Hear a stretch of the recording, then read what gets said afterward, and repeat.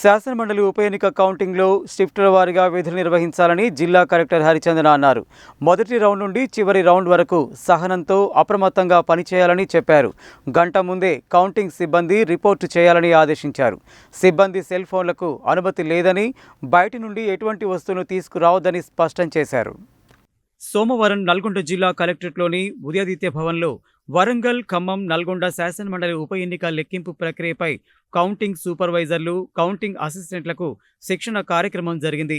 Counting ప్రక్రియలో ఎవరెవరి విధులు ఎలా ఉన్నాయి, వాటిని ప్రాసెస్ ప్రకారం ఎలా చేయాలనే దానిపై శిక్షణ ఇచ్చారు.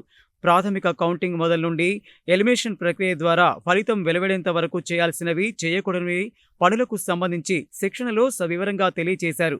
శిక్షణ సందర్భంగా కౌంటింగ్ సిబ్బంది ఎంత వేగంగా, జాగ్రత్తగా పనిచేస్తే అంత వేగంగా ఫలితాలు వస్తాయని అన్నారు. రిటర్నింగ్ అధికారి దాసరి హరిచందన కౌంటింగ్ సిబ్బందికి షిఫ్టుల వారీగా విధులను కేటాయించామని, ప్రతి ఒక్కరూ గంట ముందుగానే రిపోర్టు చేయాలని ఆదేశించారు.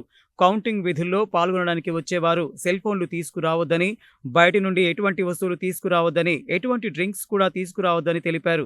కౌంటింగ్ నిర్వహించే సందర్భంలో ఒకరినొకరు గౌరవించుకొని కలిసిమెలిసి పనిచేయాలన్నారు. ప్రాధాన్యత ఓట్ల లెక్కింపు కావడంతో ఫలితం రావడానికి సమయం పడుతున్నందున మొదటి రౌండ్ నుండి చివరి రౌండ్ వరకు అప్రమత్తతో సహనంగా ఉండాలని కోరారు. ఈ సమావేశంలో రెవెన్యూ అదనపు collector Srinivas, Pulichintala special collector Natarajan, DRDA PD Nagireddy, శిక్షణా కార్యక్రమాల నోడల్ ఆఫీసర్ జిల్లా వ్యవసాయ శాఖ అధికారి శ్రవణ్, గిరిజన అభివృద్ధి శాఖ అధికారి రాజ్ కుమార్, ట్రైనర్ బాలు పాల్గొన్నారు.